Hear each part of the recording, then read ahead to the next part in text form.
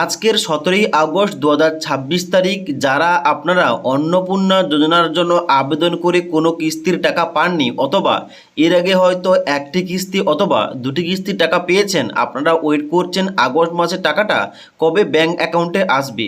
আপনাদের জানিয়ে রাখি, মাননীয় মুখ্যমন্ত্রী নিজেই ঘোষণা করে দিয়েছেন যে 17ই আগস্ট 2026 তারিখে মানে আজকের সমস্ত মহিলার ব্যাংক অ্যাকাউন্টে যে সমস্ত মহিলা ভেরিফাইড এবং যোগ্য হবে তাদের ব্যাংক অ্যাকাউন্টে আজকের অ্যাকাউন্টে টাকাটা ঢুকবে, মানে 3000 টাকা। তবে উনি যে শর্তগুলি বলেছেন ওই শর্তগুলো পূরণ করলেই কিন্তু আপনি আজকের টাকাটা পাবেন। তো ওই শর্তগুলো কি কি জানবো এই ভিডিওটির মাধ্যমে, এবং তার সঙ্গে সঙ্গে আপনার ব্যাংক অ্যাকাউন্টে টাকা ঢুকেছে কিনা ওইটা আপনি কিভাবে চেক করবেন এই ভিডিওটির মাধ্যমে আলোচনা করছি। তার জন্য অবশ্যই আপনারা ভিডিওটি না টেনে শেষ পর্যন্ত দেখুন, আপনাদের স্টেপ বাই স্টেপ সমস্ত কিছু বুঝিয়ে বলছি। এবার সবার প্রথমে বলে দিচ্ছি, মাননীয় মুখ্যমন্ত্রী যে শর্তগুলির কথা উল্লেখ করেছেন ওইগুলোর মধ্যে কি কি রয়েছে। 1 নম্বর, অবশ্যই কিন্তু আপনাকে 25 থেকে 60 বছরের মধ্যে হতে হবে, তবে কিন্তু এখানে যোগ্য হবেন। 2 নম্বর, এখানটায় কিন্তু মাসিক আয় যদি আপনার 10,000 টাকা কিংবা তার বেশি হয়ে থাকে এখানটায় কিন্তু আপনি অন্নপূর্ণা যোজনায় টাকা পাবেন না।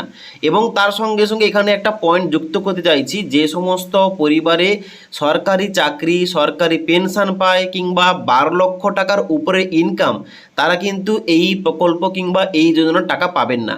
তার সঙ্গে সঙ্গে এখানে বলা হচ্ছে অন্য কোনো সামাজিক প্রকল্পের উপভোক্তা যদি আপনি হয়ে থাকেন আপনি এই অন্নপূর্ণা যোজনার টাকা পাবেন না। তার সঙ্গে সঙ্গে এখানে গুরুত্বপূর্ণ একটা শর্ত উল্লেখ রয়েছে যে যদি আপনার বয়সটা 25 থেকে 60 বছর, আপনি এতদিন বিধবা ভাতা প্রকল্পে টাকা পাচ্ছিলেন এবং তার সঙ্গে সঙ্গে লক্ষ্মীর ভাণ্ডারটাও পাচ্ছিলেন।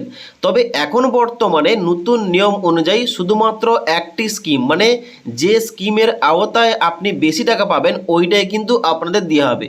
সেই অনুযায়ী ধরতে গেলে আপনাকে কিন্তু শুধুমাত্র অন্নপূর্ণা যোজনার যে 3000 টাকা ওইটা আপনি পাবেন। আপনার যে আগের বিধবা ভাতার 1000 টাকা পার মান্থ পেতেন ওইটা কিন্তু বন্ধ হয়ে যাবে। আশা করি বোঝাতে পারলাম। তবে দিব্যাঙ্গ ভাতার ক্ষেত্রে এবং পিএম কিষাণ প্রকল্পের ক্ষেত্রে এইটা ছাড় দেওয়া রয়েছে, মানে দিব্যাঙ্গ ভাতা যারা পায়, প্রতিবন্ধী ভাতা, তারা ওইটা পাবে। আবার যদি এলিজিবল হয়ে থাকে অন্নপূর্ণা যোজনায় তারা কিন্তু এই টাকাটাও পাবে, মানে দুটি প্রকল্পের টাকা কিন্তু একসঙ্গে পাবে। শুধুমাত্র ছাড় দেওয়া হয়েছে দিব্যাঙ্গ ভাতার জন্য এবং পিএম কিষাণ প্রকল্পের টাকার জন্য। এবং একইভাবে যে সমস্ত মহিলা হয়তো পিএম কিষাণ প্রকল্পে টাকা পেয়ে আসছে তারা যদি এই অন্নপূর্ণা যোজনায় এখানে এলিজিবল হয়ে থাকে তারা কিন্তু এই অন্নপূর্ণা যোজনার টাকাটাও পাবে, আবার পিএম কিষাণ টাকাটাও পাবে। এবার গুরুত্বপূর্ণ একটা শর্ত উল্লেখ রয়েছে এখানে, শহরাঞ্চলে 3টির কম ঘরবিশিষ্ট বাড়ি থাকতে হবে, তবে গ্রামীণ এলাকার জন্য ছাড় দেওয়া রয়েছে।